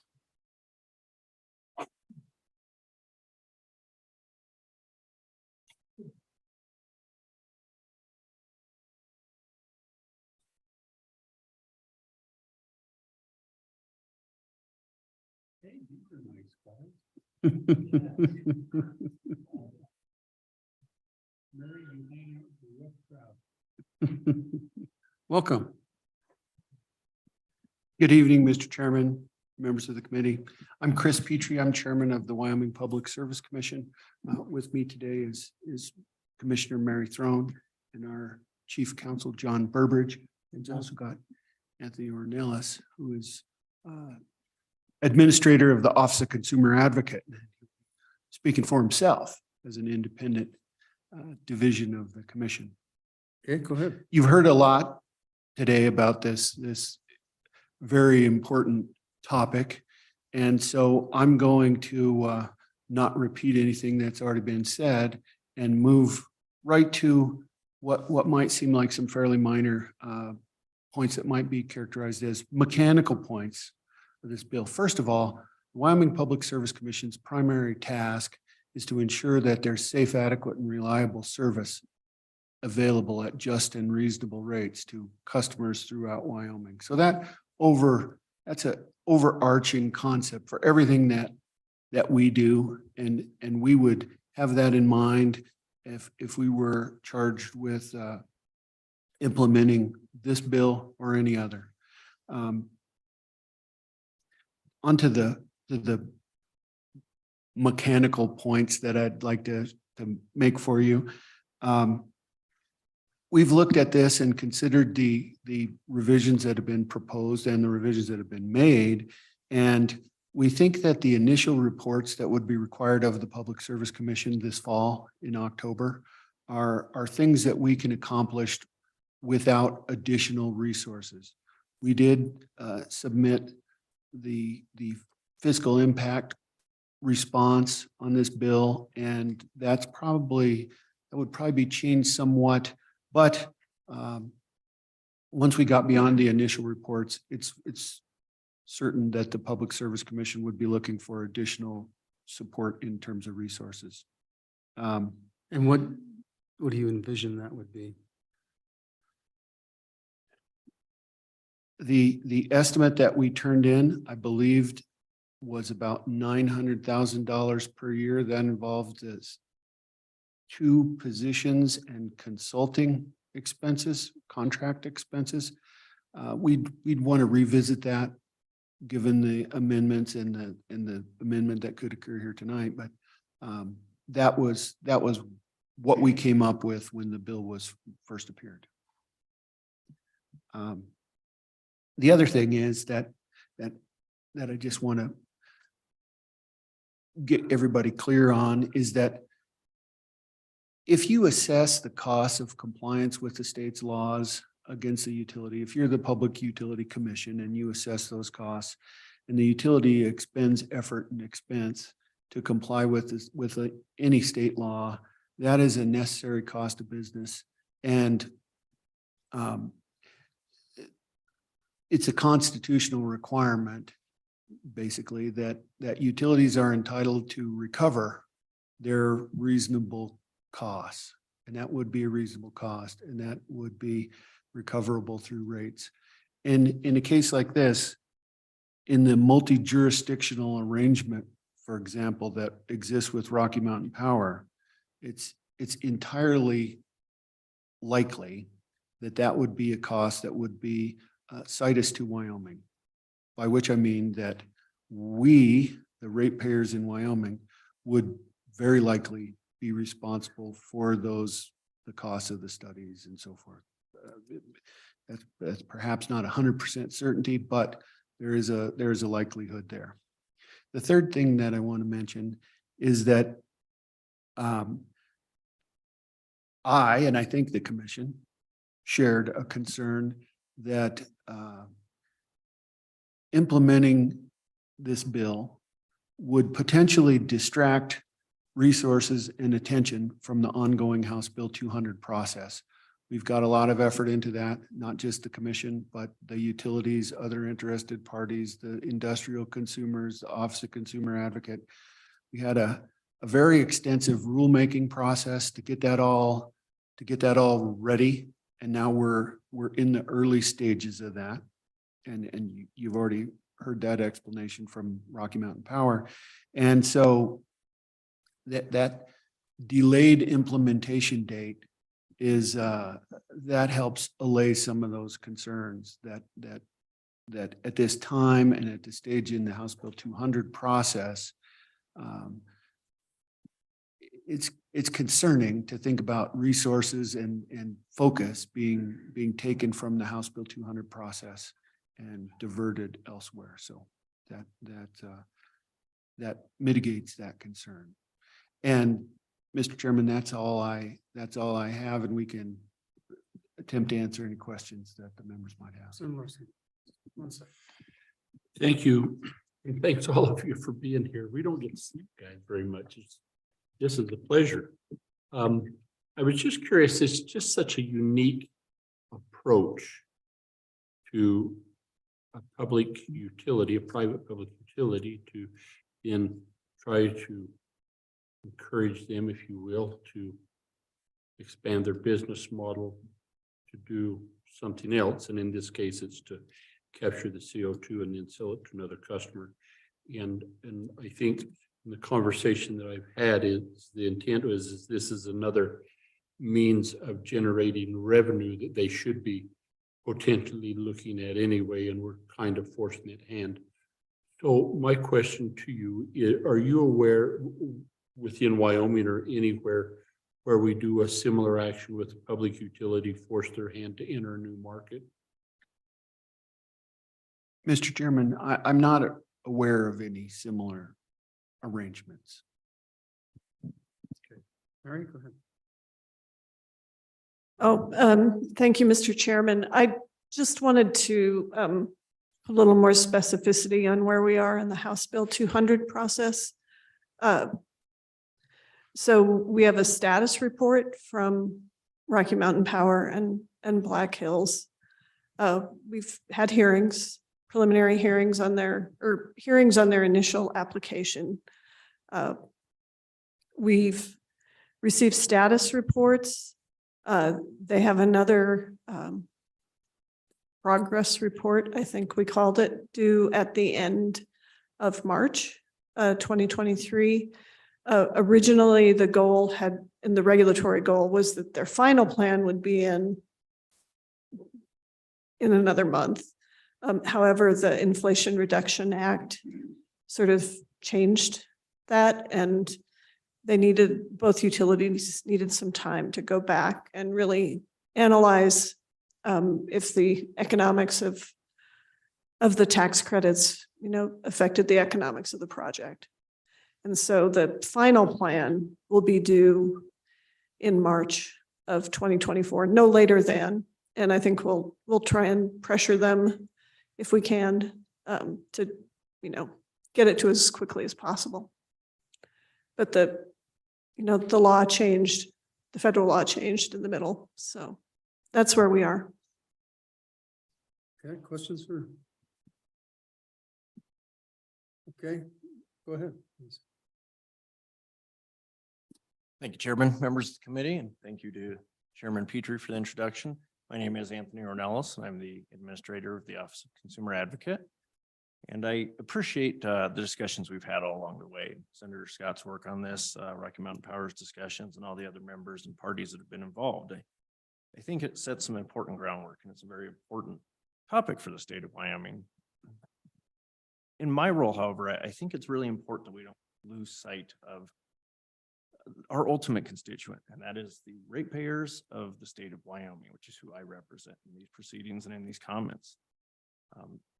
As you've heard from Rocky Mountain Power just moments ago, there's been 13 coal-fired generation units with at least 7 competing carbon capture, utilization, and sequestration technologies that have been looked at and studied from nationally recognized engineering firms in order to determine the feasibility of retrofitting our Wyoming coal-fired generation facilities in order to use these for either permanent sequestration or enhanced oil recovery. Yet, despite all of these various scenarios and studies up to this point, none have resulted in a commercially and economically viable means of retrofitting these coal-fired facilities in a manner that does not result in significant cost increases and long-term risks that are going to be borne by Wyoming utility ratepayers. Furthermore, I'm unaware of any proposal that's been brought forth that fully indemnifies Wyoming ratepayers against the potential for those types of large stranded capital investment costs, the cost of replacing the lost capacity through parasitic loads, or the higher net power costs that our customers are likely to face if we mandate purchase power agreements from a purchaser of one of these units back to the utility when it is otherwise not economic to do so. It is my belief that if a viable option for installing a commercially and economically viable CCUS solution does exist, that I believe that this will present itself through the existing HB 200 regulations and the Commission's rules that is promulgated in support of that legislation. However, if commercially viable and economically prudent option is not available, then I'm concerned that the passage of Senate File 142 will result in new and burdensome obligations on the Wyoming PSC and on the Office of Consumer Advocate, and will result in significant long-term risks and costs providing safe and reliable service across Wyoming. There's been a lot of changes to this bill over the process thus far. And I think I would echo the Chairman Burkhart's comments, in which I have a lot of stickies all the way through this. And I won't take the time tonight to go through that, especially as this continues to evolve. However, if you do consider this and continue the conversation around Senate File 142, there's at least one topic that I would urge you to consider strongly, and that would be Section 4 of this bill, and it begins on page 34 of the engrossed version. Section 4 requires the OCA to study whether or not a rate reduction should be granted to Wyoming ratepayers to compensate for any failure of a public utility to capture available revenues from the capture and sale of CO2 from these coal-fired generation facilities if it is found to be economically viable. Well, if the committee ultimately decides to move this piece of legislation, I would strongly encourage the repeal of this entire section and this requirement for several reasons. First and foremost, despite giving this a lot of thought since this legislation was first introduced, it remains unclear to me and to others I've had the chance to speak with around this on what type of analysis would actually be required in order to meet this provision. As you've heard from Rocky Mountain Power's representatives, this is a very complex and involved process. It's not just a bolt-on type of technology. And there's generally not even one firm that can handle the entire chain that this would require, from the capture to the transport to the utilization and the sequestration. So my best assumption is we would need to do some sort of independent high-level engineering. Essentially, I'd have to recreate a lot of the HB 200 and RFP processes that Black Hills Corporation and Rocky Mountain Power have already undertaken. Once that is done, I would then have to come up with some sort of cost or break-even analysis related to the 20-year forecast of oil pricing and availability of EOR, and again, some sort of a cost break-even. So even at full staff, my office has 6 representatives, which is 2 attorneys, 2 analysts, the deputy administrator, and myself. Both of the administrators working as full-time analysts as well. Currently, our staff resides at 3, with 2 attorneys and myself. So to say that we're not yet equipped to take this on might be a little bit of an understatement. Lastly, you've heard some of the fiscal impacts. This would fall squarely into that for the OCA as well. I would foresee additional staff being needed to try to prepare these studies, these reports, and monitor these for as long as they are in effect. Certainly, it's going to require some very specialized consulting. There's not a lot of engineering firms that actually take this on. You've heard some of the numbers from Rocky Mountain Power, through their RFP. You're talking a couple of dozen at most that are really capable of this. And again, it's parts and pieces. So it becomes potentially problematic to uphold this. And so I would recommend or request that you give that some serious consideration as you move this bill forward. And with that, I'd be happy to answer any questions you have. Questions? Thank you. Seeing none. All right. Thank you for your testimony. Appreciate it very much. Anyone else? Public comment? Jackie has somebody on. Come on up. Who's online, Jack? I have a Shannon Anderson online. Will anyone else come on and move up and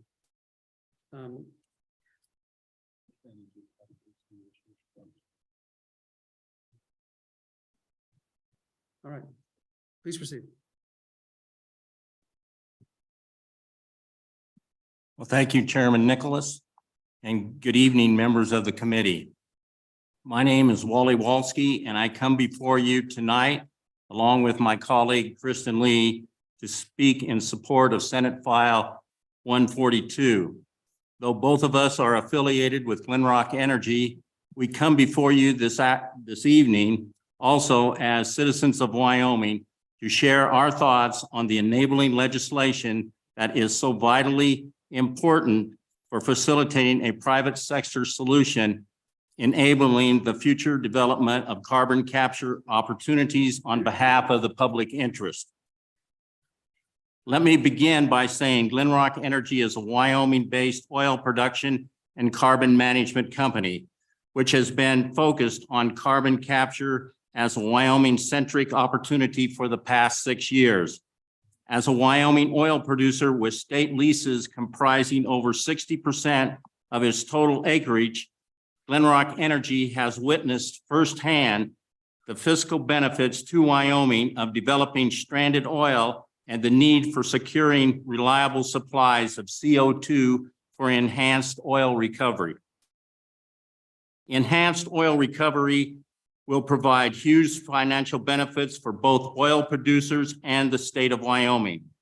Based upon a recent analysis prepared by the Enhanced Oil Recovery Institute, Wyoming has multiple traditional oil fields located within 25-mile radiuses of 3 existing coal-fired power plants containing 297 million barrels of stranded oil producible through CO2 injection, providing another $2 billion of additional tax revenue for the state and local governments over the next 20 years.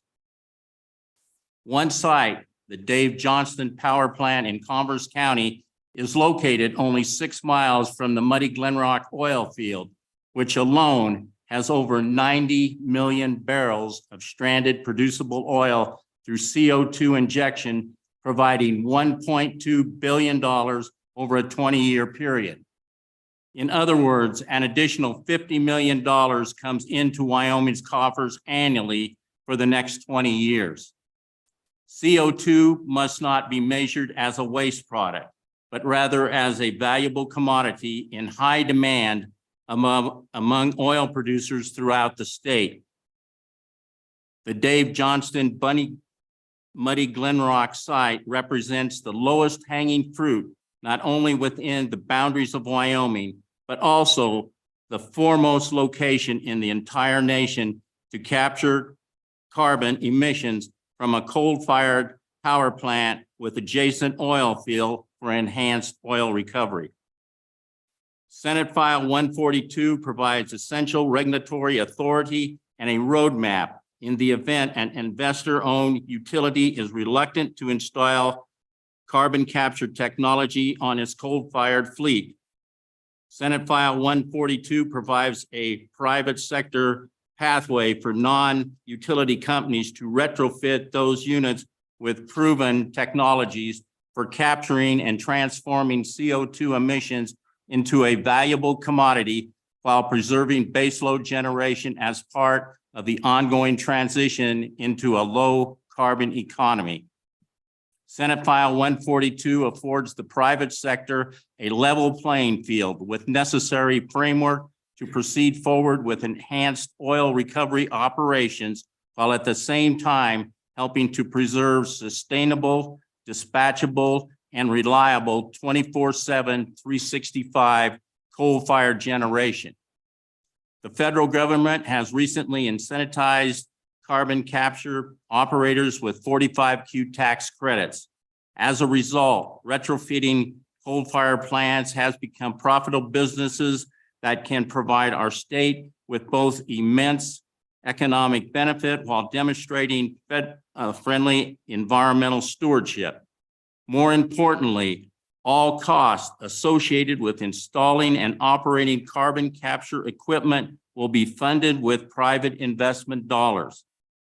Once again, the cost of installation and operation of carbon capture will not be incurred by rate-paying customers, which is just the opposite of the current scenario, which allows those same costs to be recovered and collected by the incumbent utility from ratepayers.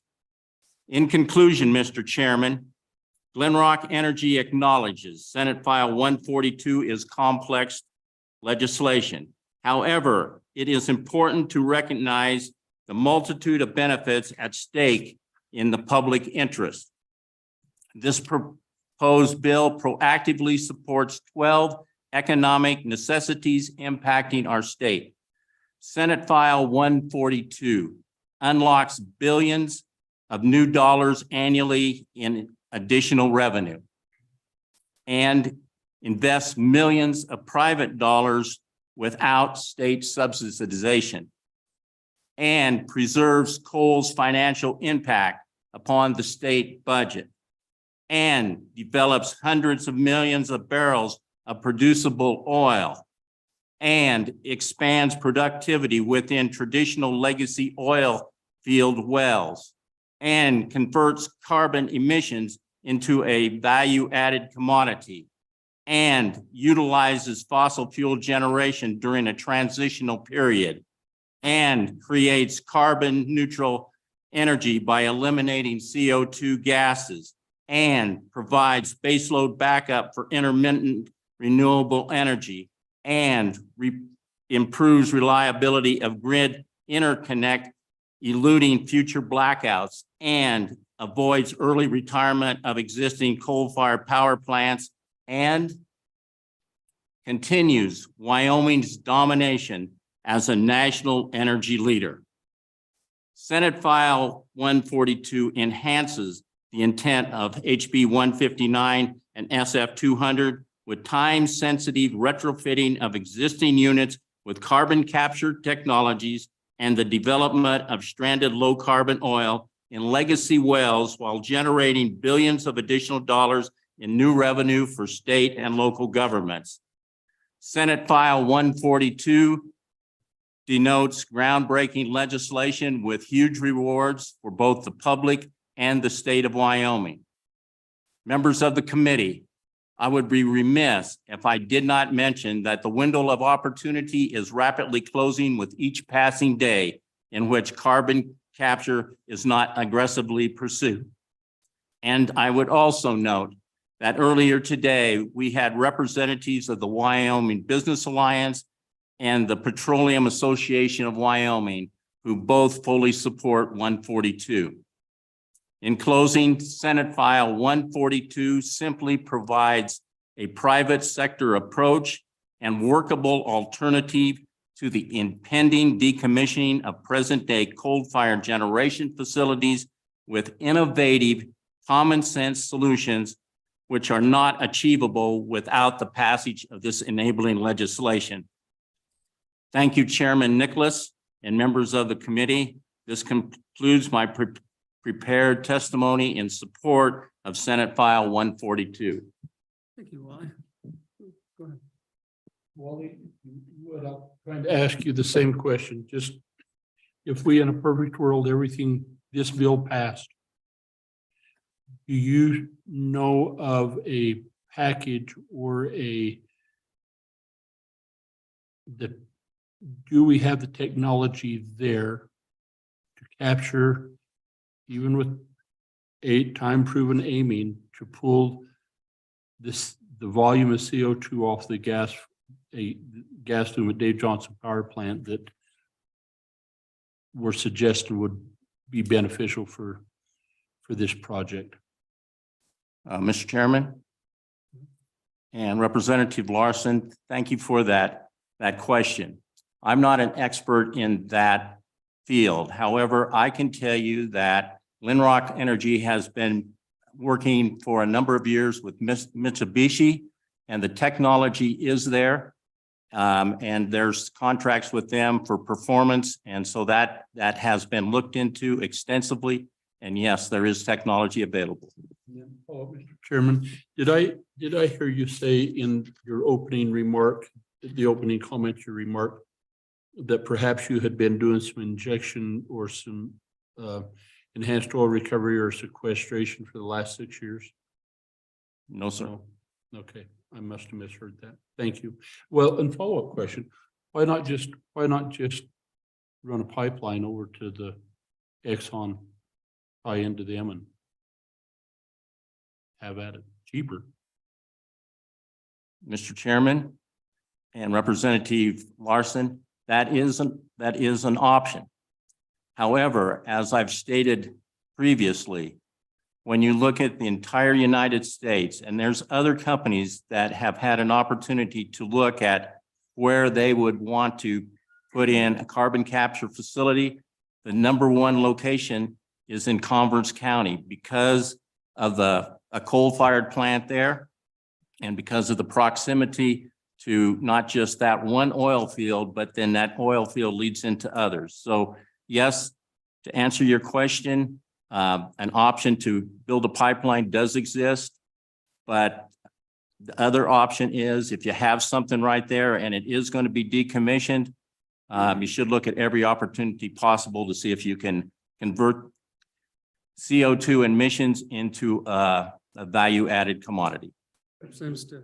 Chairman, so Wally, are you saying that Glenrock Energy is willing to write a check for $1 billion to pay for the retrofit of the Dave Johnston power plant? And if not, then who is writing the check? Who pays for that?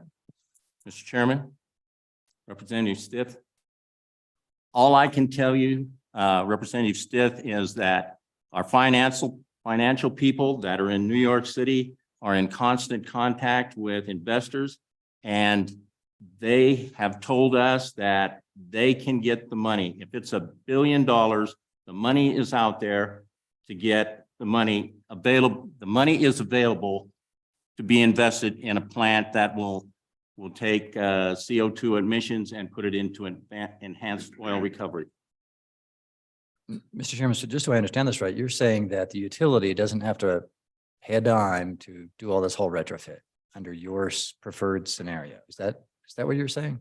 I don't think he said preferred. Yeah, Mr. Chairman.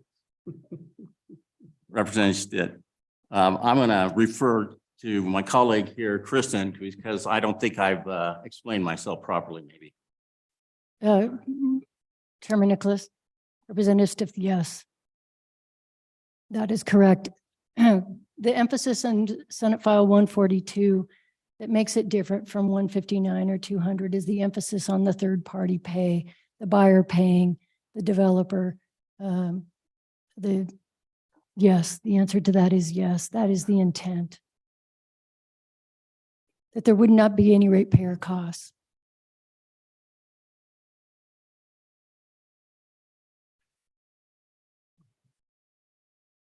Okay, anything else? Mr. Chairman, I just have one thing to add, and that is to respond to Mr. Representative Larson's question about, have we ever asked a public utility to open up its system basically? And we acknowledge this is a paradigm shift. It absolutely is, and in creating a new class of customer, if you will. And it was done in 1995 by this body actually in the telecom world when the framework was put in place for a competitive telecom market. And then in 1996, just a year later, the federal act followed the Wyoming Act. Wyoming was on the cutting edge, or Mr. Short's term, the bleeding edge of that, where the incumbent local monopoly in the telephone company was directed to open up its entire system and create interconnection agreements with different technologies that brought us the internet today, brought us a competitive telecom market. And so it is analogous into cutting edge technologies that are disruptive to the local incumbent monopoly. Thank you. Okay. Mr. Bush, go ahead. Thank you, Mr. Chairman. David Bush with Black Hills Energy. And speaking of mandates, it must be mandated that utility guys have beards. Mine are not quite as lovely as the folks from Rocky Mountain, but anyway, not to belabor it, but Senator Scott mentioned a couple of amendments that he had, and I haven't seen all of them, but the ones that we pointed out, I just wanted to reiterate to the committee, if you decide to move the bill forward, we'd like to see these amendments included. They are on page 10, line 1, clarifying the, if I can get to my page. We had some issues with the words facility and unit throughout the bill. We wanted to make sure that we were focused on a unit, a generation unit, and not a generation facility. So here we would, on line 1, strike facility or, and then after unit, just include equal to or greater than 300 megawatts. And I believe these are all Senator Scott's amendments, just reiterating that one. And then on page 18, line 10, there's another one that specifies unit instead of facilities. So we scratch out facilities and just focus on the unit. Part of that was there was some question about, we don't really have nameplates for facilities. We do for the individual generation unit. So with that, again, just wanted to stress those amendments, and it's it for any questions if anybody has any. Questions from Dave? Okay, thank you very much. Thank Any you. other public comment? And we got them all? Oh, there's one online, right? Well, there's actually 2 now. So I will promote both of them. We have a Shannon Anderson and a Ron Smith.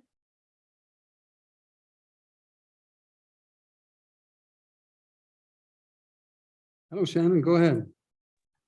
Thank you, Mr. Chairman. Appreciate being able to appear remotely today. Shannon Anderson from Powder River Basin Resource Council, and speaking on behalf of our organization and our members who are ratepayers of Rocky Mountain Power, Black Hills, Cheyenne Light, and MDU, the rate regulated utilities that are subject to this bill. We went through a little bit of the history today, but I would highlight, in addition to Senate File 159 and House Bill 200, you may remember Senate File 21 from the 2020 session, House Bill 166 from the 2021 session, Senate File 136 also from the 2021 session. All of these bills have kind of built the framework where we are today. Our organization has been actively participating in the rulemaking and implementation of these laws. And we really believe that Senate File 142 before you doesn't gain anything to the state, and in fact only creates loss for ratepayers, creates uncertainty, and really takes us a step backwards for all of the reasons that you've heard this evening that I don't need to repeat before you. I would also note specifically for Rocky Mountain Power that there may also be a challenge for customers in other states if we move Senate File 142 forward. So specifically, if you look at the Dave Johnson Power Plant, currently it's serving customers throughout the 6-state system, including, for instance, Oregon, which is a large customer base, Utah, which is a large customer base. And if we, and the plan is scheduled to run at least until 2027.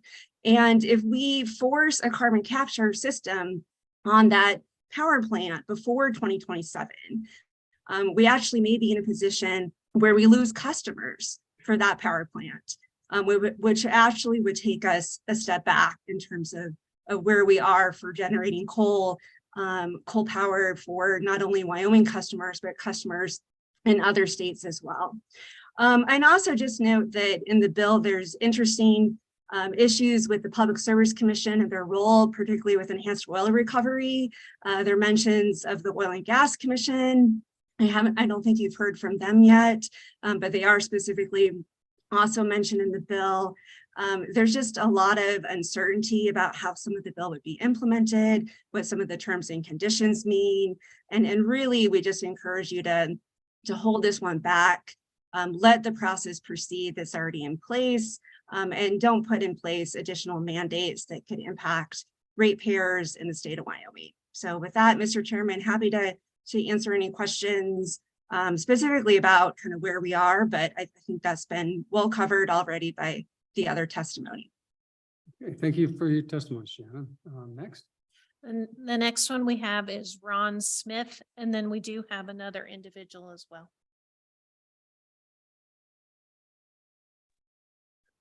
Thank you, Mr. Chairman. My name is Ron Smith from Powell, and I'm speaking as a concerned citizen and as a process engineer with 45 years of consulting experience in the energy industry. And that includes 20 years of coal technology research. I'm urging you to vote no on SF 142 and would just share a few observations. Most of my points have been made, but I think the bill is dangerous by mandating a technology that has yet to produce a single commercial success, much less achieve market penetration. We should allow government and market incentives to play out. We've seen that mandates very seldom pick the best solutions.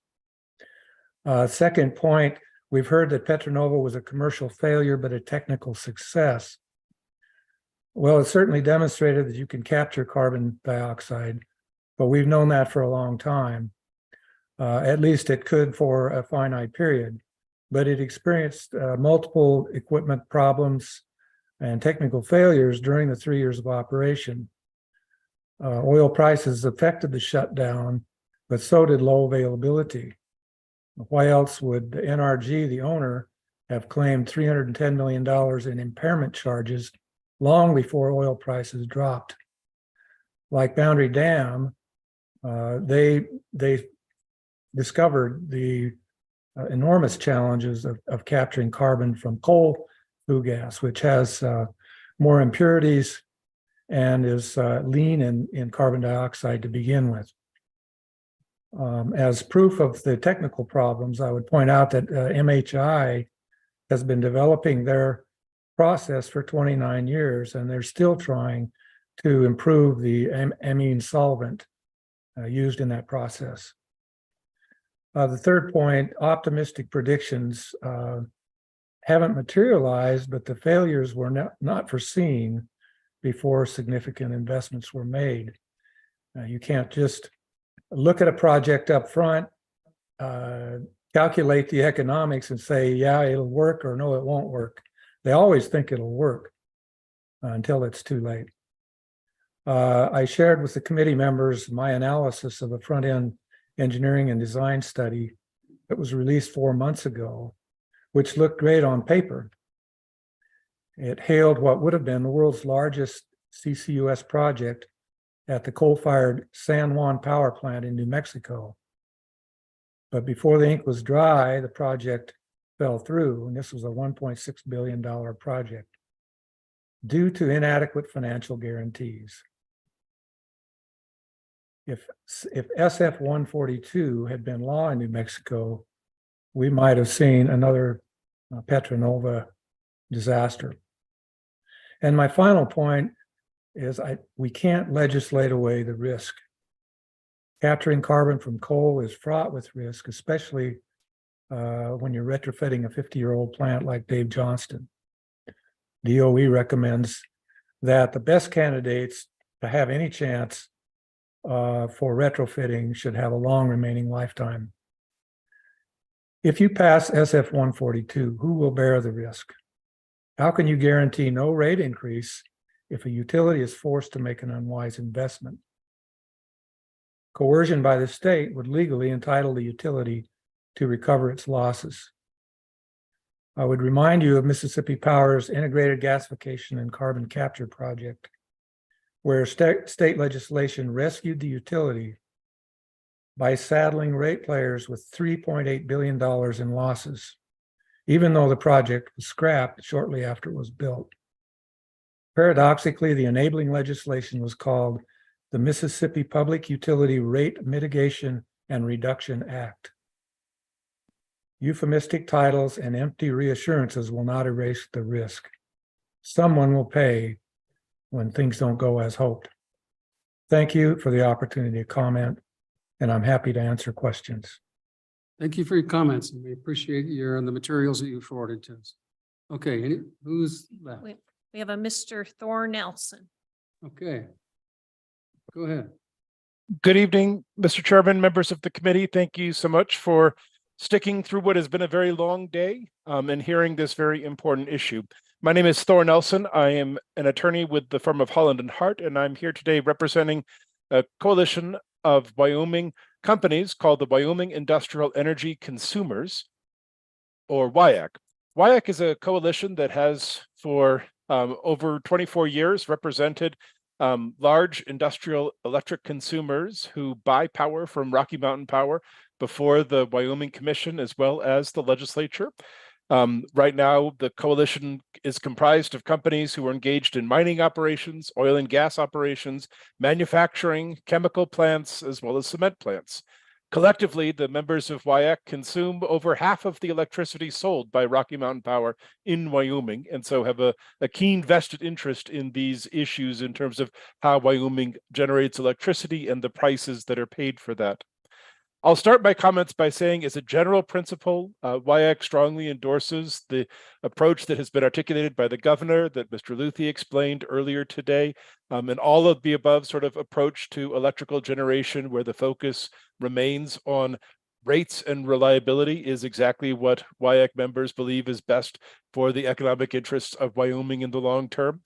And as a result of that, for many years, we have been working closely with various stakeholders and the legislature to work on bringing about legislation that deals with the possibility of bringing in carbon capture and sequestration technology into Wyoming and applying that to one or more of the otherwise retiring coal-fired power plants to determine if that's an approach that can provide that sort of rate and reliability protection that Wyoming companies really badly want. We were very active in and supported the process both with SF 159 and HB 200, have been active at the commission in the rulemaking process, and look forward to getting more information from Rocky Mountain Power and others as that process unfolds. We greatly appreciate Senator Scott's continued attention to the issue of carbon capture and appreciate the opportunity to offer comments and suggestions through this process with Senator Scott in the Senate and now here today. I will start by saying that many of the issues that WIAC had and concerns that we had when the bill was originally introduced have thankfully already been addressed. And so as it sits here before the House, from WIAC's perspective, we think the bill is greatly improved from the way it was introduced, and we think that it has some merit in terms of thinking about ways to try to make sure that the process that was started with SF 159 and continued at HB 200 actually is able to move forward. Having said that, as we looked through the legislation, we also do have some concerns that were echoed by Mr. Luthi on behalf of the governor, as well as by the PSC, that HB 200 and its process is at a very sensitive point in time. And so we really appreciate the idea that was presented here today that a delay in the effective date might make sense to allow the process through the interim to further explore these issues, let the analyses from the HB 200 process get fully baked, and see how exactly we can, in the most surgical way possible, move a process forward if a process forward exists that makes sense. So we think that that's a real big improvement to the legislation, and you know, frankly, from my perspective, I see it either way. If the bill proceeds forward and says this is a framework that we're going to think about through the interim and may refine as we go forward, that's certainly a viable path. The committee prefers to not address this bill at this time, address it in interim, and then bring it back in the budget session next year. That's another option that's available. But I think what is not an option is letting these issues not be fully vetted and examined. And so we're delighted to work with the Minerals Committee through the interim process to make sure that these issues remain front and center in Wyoming. And the last thing I'll just say, and this is an important consideration, and this kind of echoes, I think, the comments that were made in part by Mr. Ornelas for the OCA. It is true that there are different options for figuring out who finances any sort of carbon capture system and the associated work that needs to go to append that onto a power plant. It can be financed by the utility and its investors. It can be financed by a third party and its investors. At the end of the day, no one ever asks ratepayers to pay money up front. It always comes from someone else. But where ratepayer interests need to be considered is on the back end, because when a project gets built, someone's going to want to get paid for that. And that payment is going to come either through, and probably a combination of, the sale of electricity from the power plant that the carbon capture system is appended to or attached to, and the sale of the carbon dioxide that comes out from that sequestration for purposes like enhanced oil recovery. That's the revenue stream that whoever fronts the money is going to be looking to.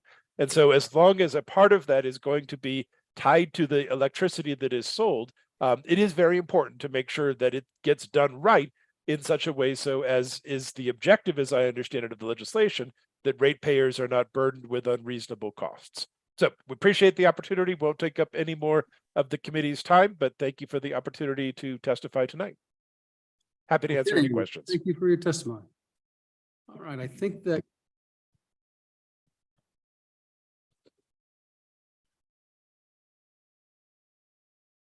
we'll close public testimony.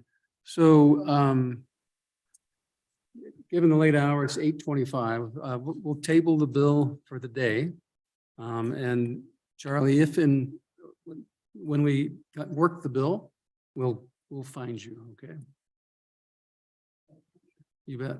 All right. Well, thank you very much for being here. We appreciate all of the information. I just wish we had more time.